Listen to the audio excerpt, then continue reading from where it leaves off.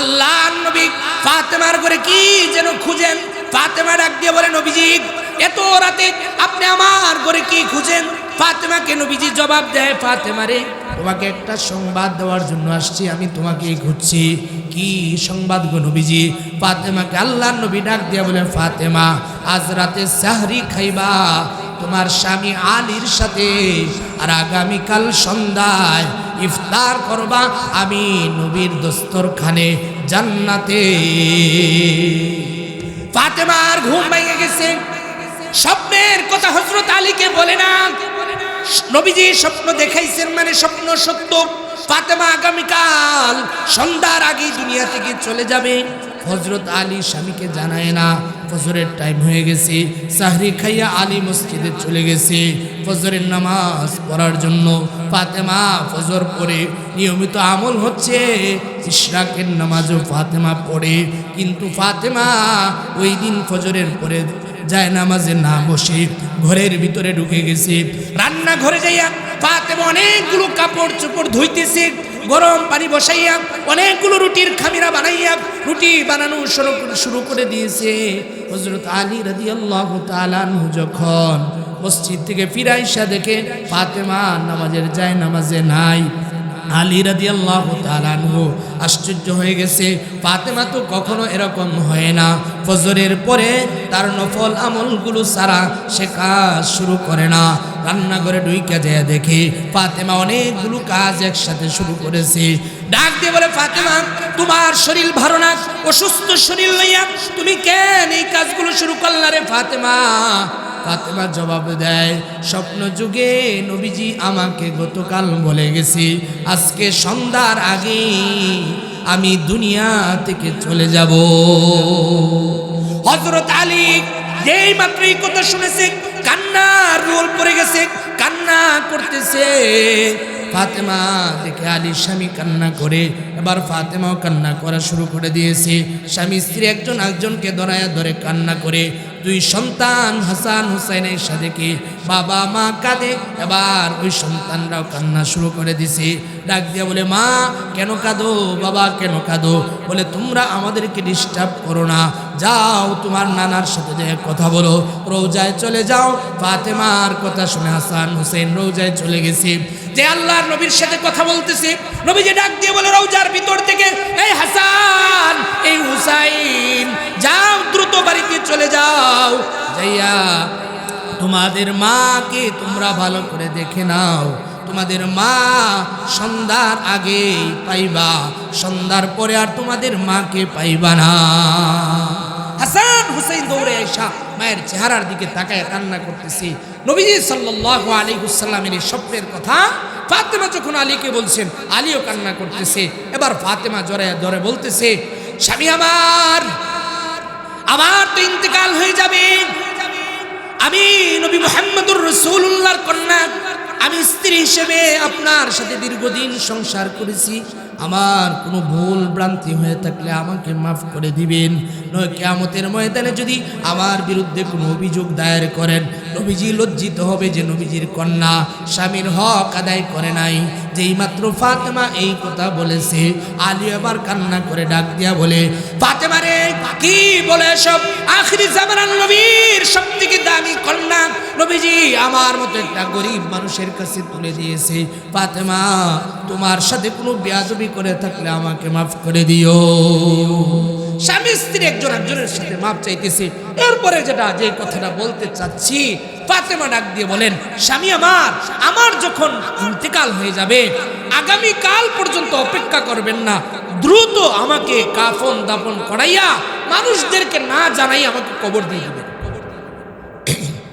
হযরত আলী বলে, ফাতেমা কি বললা তুমি? এটা তুমি আখির জামানার নবী নবীজির কণ্ঠে শুনেছি, ও ফাতিমাতু সাইয়্যিদাতু নিসাই আহলিল জান্নাহ, ফাতেমা হবে কিয়ামতের ময়দানে সমস্ত মহিলাদের সরদারিনী। এই ফাতেমা তোমার ইন্তেকালের পরে সাহাবীদেরকে না জানাইয়া কিভাবে কবর দিব? এটা কি করে হয়?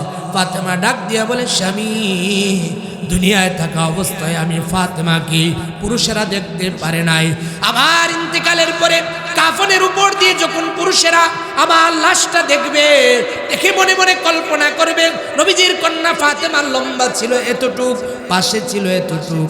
আমি চাই না আমাকে নিয়ে কেউ এভাবে সে ধারণা করুক, কল্পনা করুক। আমি নবীজির কন্যা, এজন্যই চাচ্ছি মৃত্যুর পরে দ্রুত আমার কবর দিয়ে দিবে।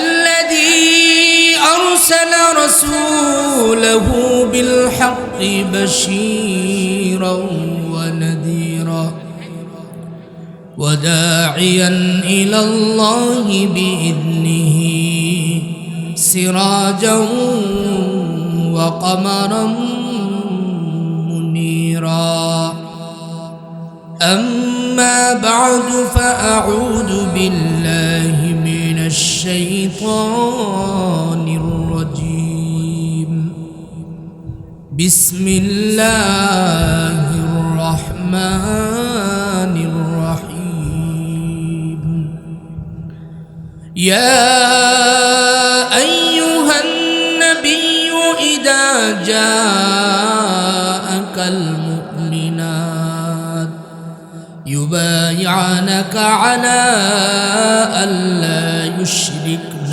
بالله شيئا ولا يسرقن ولا يزنين ولا يقتلن أولادهن ولا يأتين ببهتان يفترينه بين أيديهن وأرجلهن ولا يعصينك في معروف فبايعهن واستغفر لهن الله إن الله غفور رحيم صدق الله المولانا العظيم وصدق رسوله النبي الكريم ونحن على ذلك من الشاهدين والشاكرين والحمد لله رب العالمين اللهم صل على محمد وعلى آل محمد كما صليت على إبراهيم وعلى آل إبراهيم إنك حميد مجيد اللهم بارك على محمد وعلى آل محمد كما باركت على إبراهيم وعلى آل إبراهيم إنك حميد مجيد بلغ العلا بكماله كشف الدجى بجماله حسنت جميع خصاله صلوا عليه وآله أما بعد জামিয়া মাহমুদিয়া মজিদপুর মাদ্রাসা এর উদ্যোগে বার্ষিক ওয়াজ মাহফিলের উক্ত অধিবেশনের সম্মানিত সভাপতি সাহেব, মঞ্চে উপবিষ্ট উলামায়ে কেরামগণ, বিশেষ করে আজকের এই মাহফিলে আয়োজকদের মধ্যে এবং মাদ্রাসার প্রতিষ্ঠাতাদের মধ্যে আমার দুইজন উস্তাদ ইতিমধ্যেই হুজুর বলছেন। একজন হচ্ছে মুফতি আব্দুল বাতেন কাসিমি দামাত বারকাতুহুল আলিয়া, হুজুরের কাছে আমি সরাসরি পড়েছি। তারপর আরেকজন হচ্ছে হযরত মাওলানা সুলতান মাহমুদ সাহেব, হুজুরের কাছে আমি পড়েছি। তো এটা আমার জন্য অনেক বড় ভাগ্যের বিষয়। উস্তাদের মাদ্রাসায় ছাত্রকে দাওয়াত দেওয়া, এটা আমি মনে করি আমার জন্য খুবই এক কল্যাণকর বিষয়। তো আমি অল্প সময় আপনাদের সামনে কোরআন এবং হাদিস থেকে কিছু কথা বলার চেষ্টা করব। সময় যেহেতু অল্প, ভূমিকা বলে সময় নষ্ট না করে আমি কোরআনুল কারীমের একটা আয়াত নিয়ে আপনাদের সামনে অল্প সময় কথা বলবো। এই মাদ্রাসার সাথে আরও অনেকেই জড়িত আছে, বিশেষ করে মাদ্রাসার একজন উস্তাদ হযরত মাওলানা মাহফুজ সাহেব। আমরা একসাথে দাওরা পড়ছি, দীর্ঘ সময় পড়াশোনা করছি। তো তিনি আমাকে বলছেন মহিলাদের উদ্দেশ্যে কিছু কথা বলার জন্য। তো এই জন্যই আমি আপনাদের সামনে সূরা মুমতাহিনার 12 নম্বর আয়াত তেলাওয়াত করেছি। এই আয়াতের মধ্যে আল্লাহ তাআলা মহিলাদের কিছু গুণ নিয়ে আলোচনা করছেন। নবীজি সাল্লাল্লাহু আলাইহি ওয়াসাল্লামের কাছে মহিলারা 6টা বিষয়ে বায়াত গ্রহণ করছে। আল্লাহ রাসূল সাল্লাল্লাহু আলাইহি ওয়াসাল্লামের কাছে আল্লাহ এই আয়াত নাজিল করছেন। মক্কা থেকে মদিনায় যখন মহিলারা হিজরত করে গেছে, যাওয়ার পরে তাদের ঈমানি পরীক্ষা নেওয়ার জন্য আল্লাহর পক্ষ থেকে আদেশ হয়েছে যে তারা সত্যিকার অর্থে কি আপনার কাছে আসছে ঈমান আনার জন্য, দ্বীন মানার জন্য, তো আপনি তাদের একটা পরীক্ষা নেন। আল্লাহ তাআলা আয়াত নাজিল করছেন, যারা মক্কা থেকে মদিনায় হিজরত করে আসছে তাদেরকে বলেন 6টা বিষয় যেন আপনার কাছে ওয়াদা করে যে আমরা এই 6টা বিষয়ের খেলাপ কখনোই করব না। আল্লাহ তাআলা বলেন, ইয়া আইয়ুহান নাবিয়্যু ইযা জাআকাল মুমিনাত।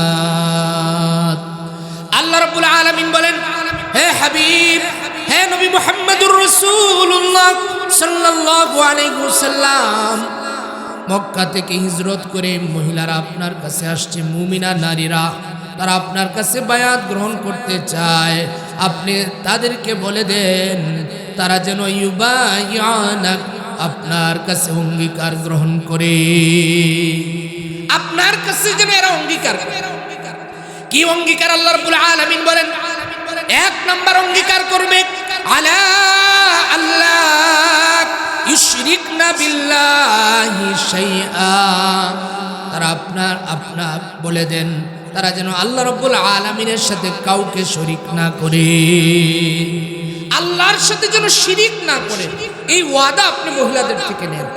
এটা শুধু মহিলাদের বিষয় না, কোরআনুল কারীমে আল্লাহ রাব্বুল আলামিন সূরা লুকমান নামে একটা সূরা আল্লাহ তাআলা নাযিল করেছেন। ওই সূরার মধ্যে বাবা এবং সন্তানের মধ্যে যে পাওনা দাওনা লেনদেন হবে, আদর্শ শেখানো হবে, এই বিষয়গুলো আল্লাহ রাব্বুল আলামিন আলোচনা করেছেন। এর মধ্য থেকে বাবা সন্তানকে যতগুলো নসিহত করেছেন, একটা নসিহত ছিল আল্লাহ বলেন, ওয়াইদ ক্বালা লুকমানু লিবনিহি ওয়া হুয়া ইয়াইদুহু ইয়া বুনাইয়া লা তুশরিক বিল্লাহ। লুকমান হাকিম তার সন্তানকে নসিহত করে বলতেছে, হে আমার কলিজার টুকরা সন্তান, তুমি কখনোই আল্লাহ রাব্বুল আলামিনের সাথে শিরিক করো না, আল্লাহর সাথে কাউকে শরীক করো না। বাবা হয়ে একজন সন্তানকে প্রথমত শিখাবে ঈমান কিভাবে শিখাইতে হয় লুকমান হাকিমের মাধ্যমে। আল্লাহ রাব্বুল আলামিন तमाम পৃথিবীর সমস্ত মানুষদেরকে আল্লাহ তাআলা শিখিয়ে দিয়েছে আল্লাহর সাথে শিরিক করা যায়। বলতে পারেন হুজুর, কাফের মুশরিকেরা আল্লাহর সাথে শিরিক করে, মুসলমানরা কি আল্লাহ রাব্বুল আলামিনের সাথে শিরিক করে? হাজার হাজার লক্ষ লক্ষ মুসলমান যারা আল্লাহর সাথে শিরিক করে থাকে। যেমন করোনার সময় গেছে, বলে হুজুর ছেলেটা বিদেশে ছিল এজন্য বেঁচে গেছি, নয়তো না খাইয়া মরতাম। হুজুর বাড়িটা ছিল ভাড়া পাইতাম এজন্য বেঁচে আছি। অর্থাৎ রিজিকের মালিক হচ্ছে আল্লাহ রাব্বুল আলামিন, কিন্তু রিজিকের মালিক মনে করে বিদেশে থাকা সন্তান, রিজিকের মালিক মনে করে আমার বাড়িটা যেটার ভাড়া পাই। এরকমভাবে বিভিন্ন ধরনের শিরিক বান্দা আল্লাহ রাব্বুল আলামিনের সাথে করে থাকে। কোন ধরনের শিরিক করা যাবে? রিজিক দেওয়ার মালিক আল্লাহ, বিপদ দেওয়ার মালিক আল্লাহ, বিপদ থেকে উদ্ধার করার মালিক আল্লাহ। দুনিয়ার সবাই যদি আপনার বিরুদ্ধে লেগে যায়, আল্লাহর হাবিব সাল্লাল্লাহু আলাইহি ওয়াসাল্লাম বলেন, দুনিয়ার সবাই যদি আপনার বিরোধিতা করে কিন্তু আল্লাহ রাব্বুল আলামিন যদি আপনার পক্ষে থাকে তাহলে আপনার কোনো ভয় নাই। আবার সবাই যদি আপনার পক্ষে থাকে আর আল্লাহ যদি আপনার পক্ষে না থাকে তাহলে ভারতে পালানো ছাড়া উপায় নাই। এজন্য আল্লাহকে খুশি করতে হবে। দুনিয়ার সবাই আপনার পক্ষে আপনি মনে করতেছেন, সবাই আপনাকে সাহায্য করবে মনে করতেছেন, কিন্তু আল্লাহ যদি না চায় পৃথিবীর কোন শক্তি আপনাকে রক্ষা করতে পারবে না। সেনাবাহিনী আমার পুলিশও আমার, সরকারি একটা নিম্নমানের কর্মকর্তা থেকে নিয়ে সব আমার, এরপরও রক্ষা করতে পারে নাই। এর একমাত্র কারণ আল্লাহ রাব্বুল আলামিন আমার ছিলেন না। এজন্য হাবিব নবী মুহাম্মদুর রাসূলুল্লাহ বলেন, সবাই বিরুদ্ধে লেগে গেলেও তোমার ক্ষতি করতে পারবে না। আবার সবাই তোমার পক্ষে তোমাকে বাঁচাইতে চায়, আল্লাহ চায় না তো সবাই তোমাকে বাঁচাইতে পারে। এই জন্য একজন মুসলিম হিসেবে সর্ব অবস্থায় আল্লাহ রাব্বুল আলামিনের উপরে ঈমান থাকবে। বান্দা যত বড় মুসিবতে পড়ে যাক, যত বড় মুসিবত আসুক না কেন, বান্দাকে আল্লাহ ছাড়া কেউ রক্ষা করতে পারবে না। ওই যে ইকরামা, আবু জেহেলের ছেলে, আল্লাহর নবী সাল্লাল্লাহু আলাইহি ওয়াসাল্লাম যেদিন মক্কা বিজয় করলেন, কিছু কাফেরদের ব্যাপারে নবীজি ঘোষণা করে দিলেন, এদেরকে যেখানেই পাওয়া যাবে এদের গর্দান থেকে মাথা আলাদা করে দিবে। আমরা বয়ান করে থাকি, রাসূল মক্কা বিজয়ের পরে আম ক্ষমা ঘোষণা করে দিয়েছে। হ্যাঁ, ক্ষমা তো রাসূল ঘোষণা করেছে। 14-15 জনের ব্যাপারে নবী বলেছে, এদেরকে যেখানেই পাওয়া যাবে ওইখানেই এদের মাথা থেকে গর্দান আলাদা করে দেওয়া হবে। এটা রাসূলের শিক্ষা। মাঝে মাঝে ওয়াজ করে মানুষ আমাদেরকে, হুজুর রাসূল সাল্লাল্লাহু আলাইহি ওয়াসাল্লাম মক্কা বিজয়ের পরে সবাইরে মাফ করে দিয়েছে, আর আপনারা পারেন না। আল্লাহ রাসূল মাফ করছে, যাদের অপরাধ কঠিন ছিল তাদেরকে আল্লাহ রাসূল মাফ করে নাই। বলছে যেখানেই পাওয়া যাবে ওইখানেই ওর গর্দান থেকে মাথা আলাদা করে দিবে। ঠিক আজকের এই পৃথিবীতেও, বিশেষ করে বাংলাদেশে হুজুর বলে গেছেন, এই সমস্ত আউল ফাউল বাউলরা আল্লাহর নামে কটূক্তি করে থাকে। মুসলমান, এই রাষ্ট্র যদি এদের বিচার না করে, এই রাষ্ট্রের আদালত যদি এদের বিচার না করে, নবীর ঘোষণা অনুযায়ী এমন মুসলমান এখনো আছে, এদেরকে পৃথিবী থেকে বিদায় করে দিবে। এটা রাসূলের শিক্ষা। এজন্য ইকরামা এই ঘোষণার অন্তর্ভুক্ত, তার মাথাও কাটা হবে। এই ঘোষণার পাইয়া ভয় পেয়ে গেছে, যেভাবেই হোক মক্কা থেকে আমাকে পালাইতে হবে। তো মক্কা থেকে পালাইয়া ইকরামা এক নদীর নৌকার মধ্যে উঠছে, অন্য দেশে চলে যাবে। যেই মাত্র নৌকায় উঠছে, নৌকায় ভূমিকম্প শুরু হয়েছে, ঝড় তুফান শুরু হয়েছে, ঘূর্ণিঝড়। আপনারা যারা নৌকায় উঠছেন দেখবেন, যদি ঘূর্ণিঝড়, নৌকা, স্পিড বোট, এরকম জাহাজ, ঘূর্ণিঝড় উঠলে হিন্দু বৌদ্ধ খ্রিস্টান সবাই মিলে ডাকে কারে ভাই? আল্লাহ। আপনার পাশে যদি হিন্দু বসা থাকে দেখবেন ওর সব দেব দেবীর ভুইয়া শুধু আল্লাহরে ডাকে। ইকরামা দেখে তার বন্ধুরা সবাই মিলে মুহাম্মদ সাল্লাল্লাহু আলাইহি ওয়াসাল্লামের খোদারে ডাকতেছে। ইকরামা ডাক দিয়া বলে, মক্কার ভিতরে বাইতুল্লাহর ভিতরে 360 মূর্তির পূজা আমরা করে থাকি, হাজার হাজার দেব দেবীর পূজা আমরা করি, আমাদের শত শত ভগবান, কিন্তু কি হলো তোমাদের? আজকে তোমরা মুহাম্মদের খোদাকে ডাকো।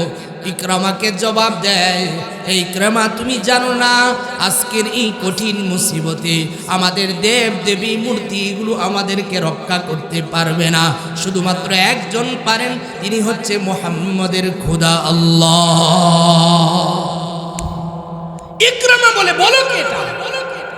মুহাম্মদের খোদা ছাড়া কেউ রক্ষা করবে না। তাহলে এতদিন কাদের পূজা করলাম, কাদের কাছে মাথা নত? এই জন্য আল্লাহ রাব্বুল আলামিন বলেন, ইয়া আইয়ুহান নাসু দুরিবা মাতালুন ফাসতামিউ লা ইন্নাল্লাযীনা তাদউনা মিন দুনিল্লাহি লা ইয়াখলুকু দুবাবান ওয়ালাউ ইজতামাউ লা। এ দুনিয়ার মানুষেরা কান পেতে শুনো, আল্লাহ রাব্বুল আলামিন বলেন, গভীর মনোযোগ দিয়ে শুনো, তোমরা আল্লাহ ছাড়া যাদের উপাসনা করো, আল্লাহ ছাড়া যে সমস্ত দেব দেবীর পূজা তোমরা করে থাকো, ওই দেব দেবীগুলো আল্লাহ রাব্বুল আলামিনের তৈরি, একটা মাছিও বানাইতে পারবে না। কাদের সামনে? এরা আল্লাহর সৃষ্টি, একটা ছোট প্রাণী মাছি বানায় দেখা, আল্লাহ বলে পারবে না। আল্লাহ রাব্বুল আলামিন বলেন পারবে কিভাবে? ওয়াইয়াসলুবুহুমুদ দুবাবু শাইআন লা ইস্তানকিদুহু মিন। একটা মাছি যদি দেবতার সামনে থেকে, মূর্তির সামনে থেকে খাবার ছিনিয়ে নিয়ে চলে যায়, আল্লাহ রাব্বুল আলামিন বলেন ওই মূর্তি বা দেবতা বা প্রভুটা ওই মাছি থেকে খাবার রক্ষা করতে পারে না। মাছি খাবার নিয়ে চলে গেছেন মূর্তির সামনে থেকে, তো এই মূর্তি তার খাবারটাই রক্ষা করতে পারে। দায়ুফাত তালিব ওয়াল মাতলুব, আল্লাহ বলে যে ওই মূর্তির কাছে চায় আর যার কাছে চায় কতই না দুর্বল। এই জন্য রে ভাই হযরত ইকরামা বলেন যে মূর্তিগুলো আমাদেরকে এই ঘূর্ণিঝড় ঝড় তুফানের মধ্যে রক্ষা করতে পারে না, ওই রব মুহাম্মদের খোদা যদি আজকে আমাদেরকে রক্ষা করে বাঁচায়, তাহলে আমরা যাইয়া আমি যাইয়া মুহাম্মদের কাছে কালিমা পড়ে মুসলমান হয়ে যাব। ইকরামা রাসূলের কাছে এসে মুসলমান হয়ে গেছে। এজন্য বিপদ আপদ সব থেকে রক্ষা করার মালিক একজন, তিনি কে? এজন্য আল্লাহ রাব্বুল আলামিন বলেন এই দুনিয়ার মহিলারা, মহিলাদেরকে যদিও বলছেন আল্লাহ কোরআনের অনেক জায়গায় এই কথা বলছেন, শিরিক ছাড়া আল্লাহ সব গুনাহ চাইলে মাফ করতে পারেন, কিন্তু শিরিকের গুনাহ আল্লাহ মাফ করবেন না। মহিলাদের থেকে আল্লাহ বিশেষভাবে নবীর মাধ্যমে অঙ্গীকার নিচ্ছেন তারা যেন কোনো ধরনের এই সমস্ত শিরিক না করে। ওয়ালা ইয়াজনি ওয়ালা ইয়াসরিকনা, 2 নম্বর আল্লাহ রাব্বুল আলামিন বলেন মহিলারা যেন চুরি না করে। বলতে পারেন হুজুর চুরি তো পুরুষেরাও করে, মহিলারাও কিছু চুরি করে থাকে। অনেক সময় আছে স্বামীর অনুপস্থিতিতে স্বামীর মাল অন্য জায়গায় ব্যবহার করে, এরকমভাবে মহিলারা চুরির সাথে জড়িত থাকে। এজন্য আল্লাহ রাব্বুল আলামিন নবী হাবিব মুহাম্মদুর রাসূলুল্লাহর মাধ্যমে ডাক দিয়া বলেন নবী আপনি ওয়াদা নেন মহিলারা যেন চুরি না করে। চুরি করা যাবে না। ওই জায়গার মধ্যে এই আয়াত যখন নবী সাল্লাল্লাহু আলাইহি ওয়াসাল্লাম বায়াত গ্রহণ করছিলেন, ওই সময় আবু সুফিয়ানের স্ত্রী হিন্দাও ছিল, যে উহুদের যুদ্ধে আমির হামজা রাদিয়াল্লাহু তাআলা আনহুর কলিজা বের করে কেটে কেটে না কানগুলো কাইটা কাইটা সে কানের দুল বানাইছে, গলার মালা বানাইছে। রাসূল সাল্লাল্লাহু আলাইহি ওয়াসাল্লামের চাচাকে এভাবে সে অপমান করছে। ওই মহিলাটাও রাসূলের কাছে আইসা মাত্র ইসলাম গ্রহণ করছে। আল্লাহ রসুল যখন এই আয়াত যখন নবীর উপরে শোনাইতেছেন নবীজি, তো সে প্রশ্ন করতেছে হে মুহাম্মদ সাল্লাল্লাহু আলাইহি ওয়াসাল্লাম, পরিচয় দিচ্ছে না। আল্লাহ রসুল তো তাকে চিনেন ভালো করে, পরিচয় না দিয়ে বলতেছে যে আমি তো এরকম এরকম কোন এক বলতেছে আবু সুফিয়ানের পকেট থেকে টাকা পয়সা নিছি, টুকিটাকি খরচ করছি, তো এটা কি আমার জন্য বৈধ হলো কিনা। ওই জায়গায় আবু সুফিয়ান রাসূলের আরেক চাচা, তিনিও ইসলাম গ্রহণ করছেন পরবর্তীতে, তিনিও উপস্থিত। তিনি দাঁড়ায় ওইটা বলে এই হিন্দা, তুমি আমার পকেট থেকে যত টাকা নিছো, তোমার কাছে যদি খরচ করেও থাকো নাও করে থাকো, আমি এটা তোমাকে মাফ করে দিলাম। নবীজি সাল্লাল্লাহু আলাইহি ওয়াসাল্লাম হাইসা দিলেন, চিনলেন যে এটাই হিন্দা।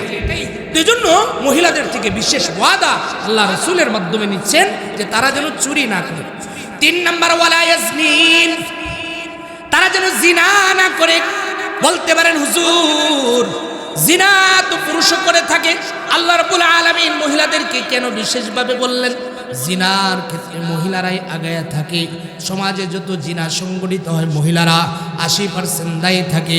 নিজের সৌন্দর্য প্রকাশ করে রাস্তায় বের হয়, নিজেকে প্রকাশ করার জন্য রাস্তায় বের হয়, স্বামীর জন্য সাজে না, ঘরে তাইকা সাজে না, রাস্তায় পর পুরুষকে দেখানোর জন্য যত দামি কাপড় আছে পরে, যত দামি সেন্ট আছে মেরে রাস্তা দিয়ে বের হয়, আর পুরুষেরা আকর্ষিত হয়। এজন্য ওই সময় চেষ্টা করে তার সাথে কথা বলার জন্য মুখের জিনা শুরু হয়ে যায়, চোখ দিয়ে তাকাইয়া তাকাইয়া ওই মহিলার সৌন্দর্য অবলোকন করে চোখের জিনা শুরু হয়ে যায়। এজন্য নবীজি সাল্লাল্লাহু আলাইহি ওয়াসাল্লাম মসজিদে নববীর ভিতরে বয়ান করতেছেন, সাহাবীরা বসা। আল্লাহর রাসূল বললেন সাহাবীরা তোমরা কি জানো মহিলাদের সবথেকে একটা দামি গুণ কোনটা? কোন সাহাবী উত্তর দিতে পারে না। পিছন থেকে হযরত আলী রাদিয়াল্লাহু তাআলা আনহু দৌড়াইয়া বাড়ি চলে গেছেন, যে বলতেছে ফাতেমা। নবীজি সাল্লাল্লাহু আলাইহি ওয়াসাল্লাম মসজিদে নববীর ভিতরে বয়ান করতেছেন, জিজ্ঞাসা করছেন মহিলাদের সবথেকে দামি গুণ কোনটা? ফাতেমা তোমার তো জানার কথা, বলো দামি গুণ কোনটা?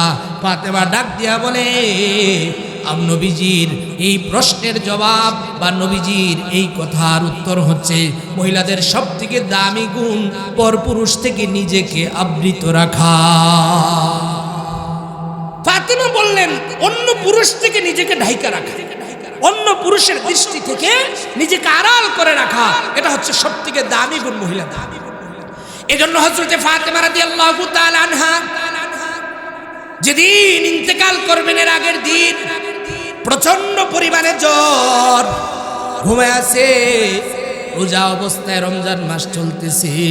নবীজি সাল্লাল্লাহু আলাইহি ওয়াসাল্লাম স্বপ্ন যুগে আয়েশা ফাতেমার ঘরে কি যেন নবীজি খুঁজতেছে।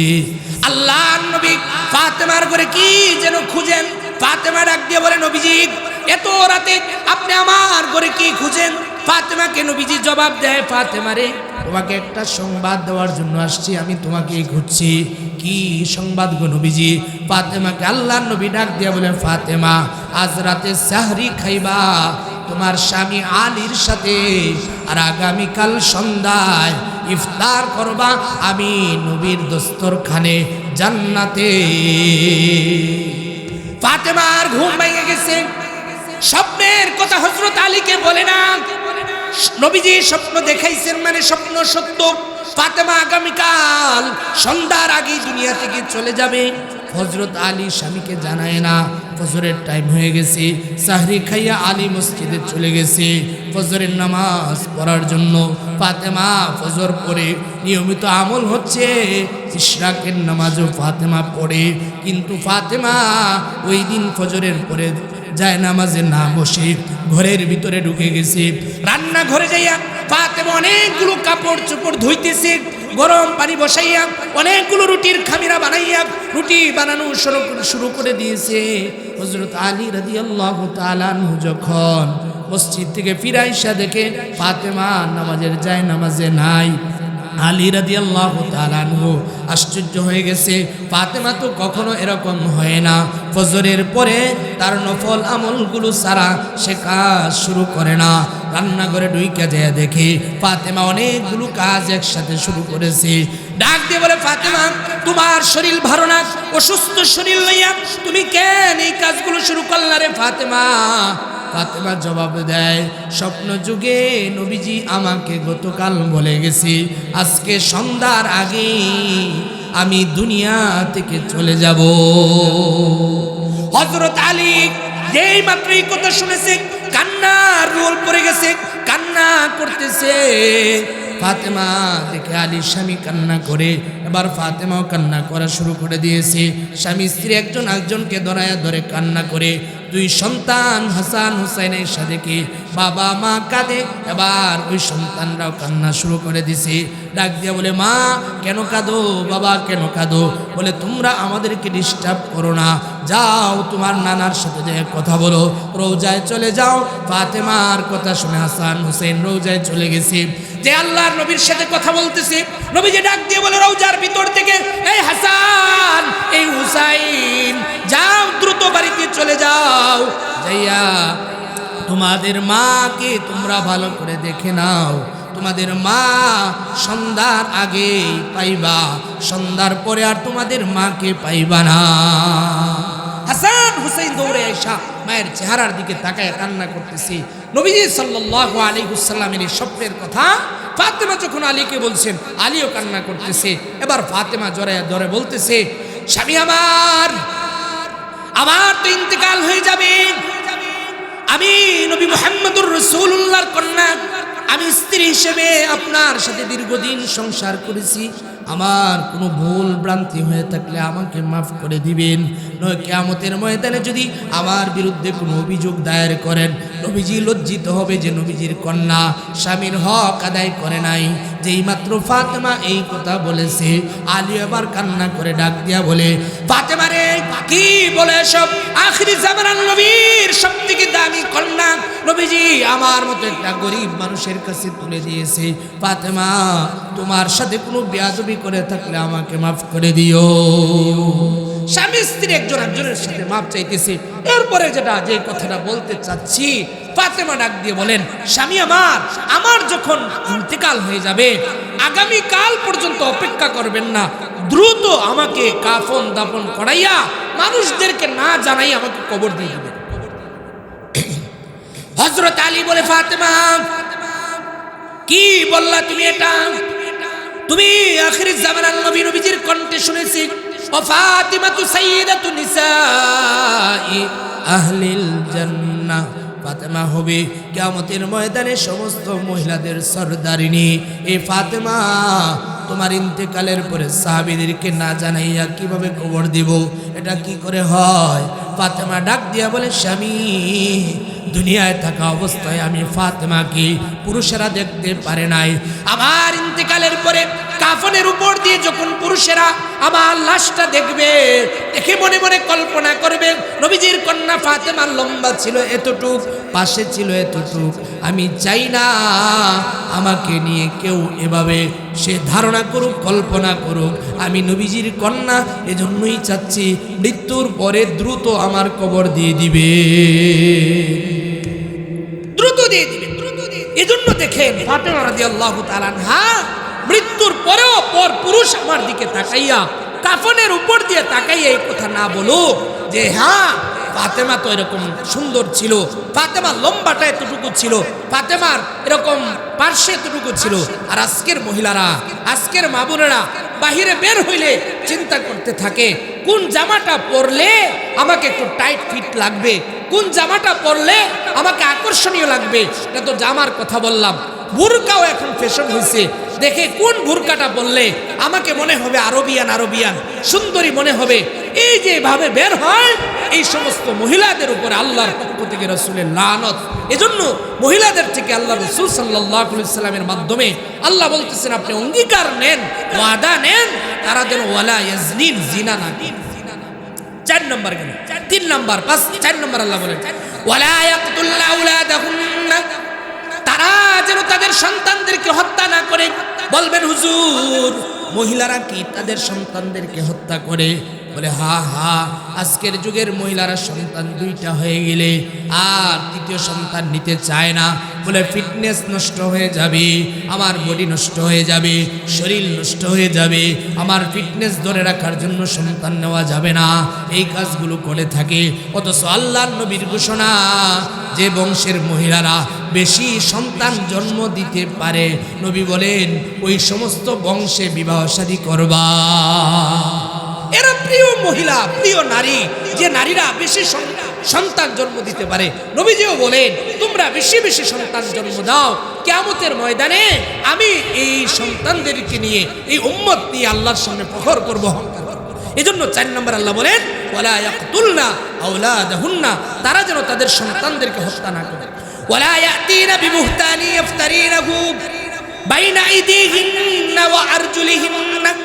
আল্লাহ রাব্বুল আলামিন বলেন 5 নম্বর, তারা যেন এরকম কোনো অপবাদ নিচে বানাইয়া মানুষের সামনে না রটায়, মানুষের সামনে যেন প্রকাশ না করে। এজন্য মহিলাদের মধ্যে স্বভাব আছে, নিজেরা এরকম কিছু একটা বানাইয়া প্রচার করে দেয়, অপবাদ রটায়। আল্লাহর রাসূল বলে মহিলারা তোমরা ওয়াদা দাও, এই কাজ করতে পারবা না।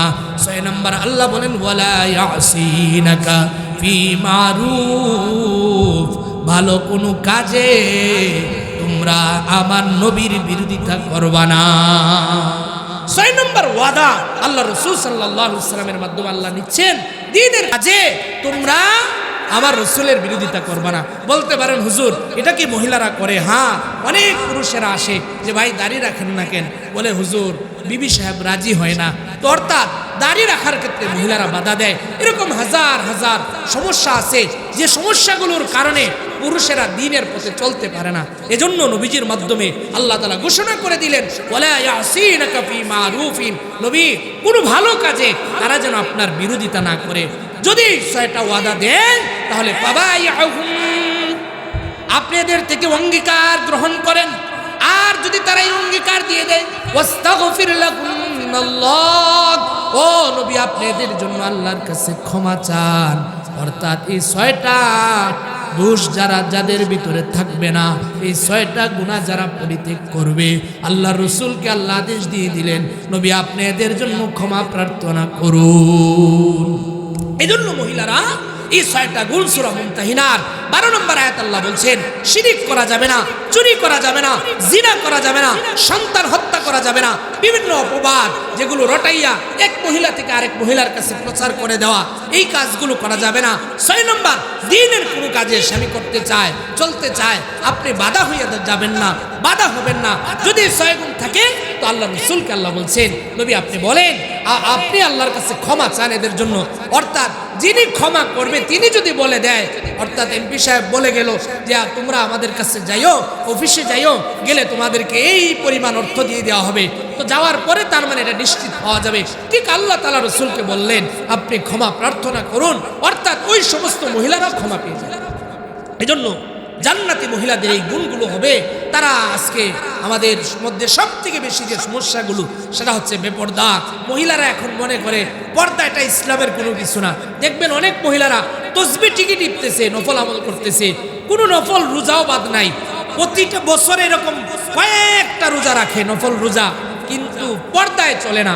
আরে ভাই নফল তো নফল, ফরজ তো ফরজ, নামাজ যেমন ফরজ পর্দা এরকম ফরজ। এজন্য মহিলাদের উচিত পর্দা মহিলাদের কাছে সব থেকে দামি আমল। যত বেশি নিজেকে সেফটি রাখবেন, যত বেশি নিজেকে আবৃত রাখবেন, যত বেশি নিজেকে পর পুরুষের দৃষ্টি থেকে হেফাজত করবেন, আপনার ভিতর থেকে তত বেশি নেককার সন্তানের জন্ম আল্লাহ তাআলা দিবেন। এজন্য একটা ঘটনা বলে শেষ করছি যে আমি যদি নেককার হই, আমি যদি ভালো হই, তাহলে কি হবে? আমার ঘর থেকে নেককার সন্তান জন্ম হবে। হয়তো আমার চেহারা দামি হবে না, আমার চেহারা সুন্দর হবে না, আমার আকৃতি ভালো হবে না, কিন্তু আল্লাহ রাব্বুল আলামিন দামি কোনো বড় কোনো আলেমের মা বানায় দিবেন, নেককার সন্তানের মা বানায় দিবেন। ইমাম মালিক রহমতুল্লাহ আলাইহি 4 মাযহাবের এক মাযহাবের ইমাম, উনার মা যখন ওনার বাবা ওনার মাকে বিয়ে করে, আগের যুগ তো এরকম ছিল মা বাবা বিয়ে করাই দিত, এখনের মতো এরকম চয়েস করার অপশন ছিল না, ছেলে পছন্দ হইলে বিয়ে হবে বিষয়টা এরকম ছিল না। ইমাম মালিকের দাদা তার বাবাকে এক দামি মহিলার সাথে বিবাহ করাই দিয়েছে। মহিলার সাথে যখন ইমাম মালিক রহমতুল্লাহ আলাইহির বাবার বাসর রাত হবে, বাসর করে ঢুকছে, ঢুইকা দেখে ওই মহিলার চেহারাটা এত বিশ্রী, এত কালো, চেহারার দিকে তাকানো যায় না। এবার ইমাম মালিকের বাবা চিৎকার দিয়া বলে, না না, তোমার সাথে আমার সংসার হইতে পারে না, আলাদা হয়ে গেছে। ইমাম মালিকের মা ছিল দিনদার, তার ভিতরে ছিল দিনদারিতা। এবার সে আল্লাহর কোরআন দিয়া ইমাম মালিকের বাবাকে ওয়াজ করা শুরু করে দিয়েছে।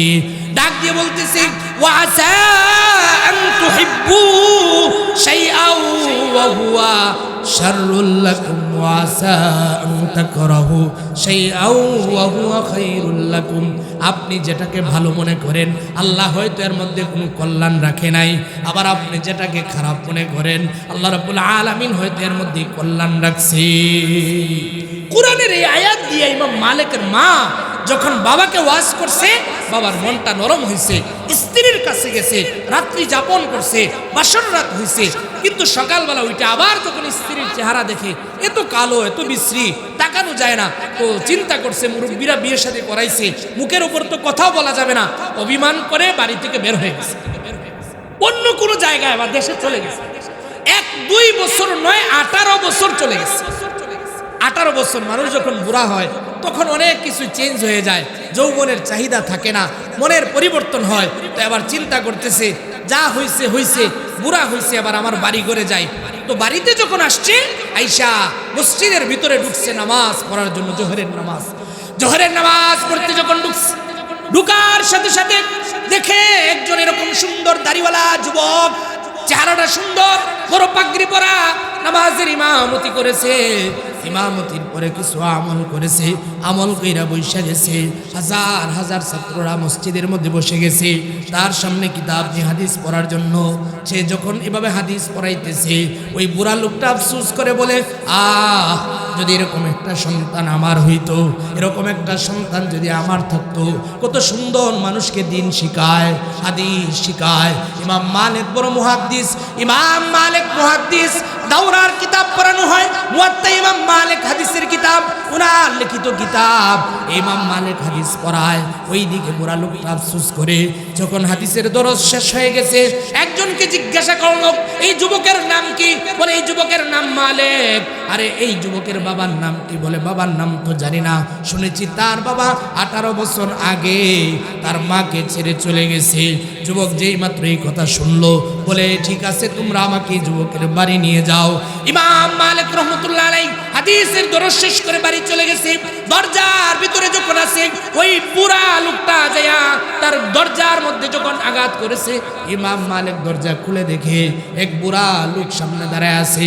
ডাক দিয়ে বলে, কে আপনি, কি পরিচয়? এবার ওই বুড়া লোকটা ডাক দিয়ে বলে, আমার পরিচয় তুমি জানবা না, আমাকে তুমি চিনবা না। এই ভিতরে যে মহিলা আছে, ওই মহিলাকে বলো 18 বছর পূর্বে তুমি যে পুরুষকে ওয়াজ করেছিলে, কুরআনুল কারীমের আয়াত দিয়ে, ওয়াসা আন তাকরাহু শাইআও ওয়া হুয়া খায়রুল লাকুম, এই যে আয়াত দিয়ে ওয়াজ করেছিলে, ওই লোকটা দরজার সামনে দাঁড়ায় আছে। ইমাম মালিক যাইয়া ঘরের ভিতরে যখন মাত্র এই মহিলাকে বলেছে, মহিলা ডাক দিয়ে বলেন, এই মালিক, সে ওই লোকটার কেউ নয়, ওই লোকটাই হচ্ছে তোমার জন্মদাতা পিতা, তোমার বাবা। অর্থাৎ দিনদারিতা ছিল এই মহিলার, চেহারা ভালো ছিল না। যুগ শ্রেষ্ঠ ইমাম মালিকের জন্ম এই মহিলার। এজন্য একটা হাদিস দিয়ে শেষ করছে, নবী বলেন, তুনকাহুল মারআতু লিআরবাঈন, আমাদের সমাজে বিবাহ শাদী হয় 4টা জিনিস দিয়া। লিমালিন, সম্পদ দিকে বিয়ে হয়, অর্থাৎ বাবাকে জিজ্ঞাসা করে মেয়ের বাবার কি আছে, এটা সমাজের রীতিনীতি। 2 নম্বর নবী বলেন, ওয়ালি হাসাবিহা, বংশ দিকে বিয়ে হয়।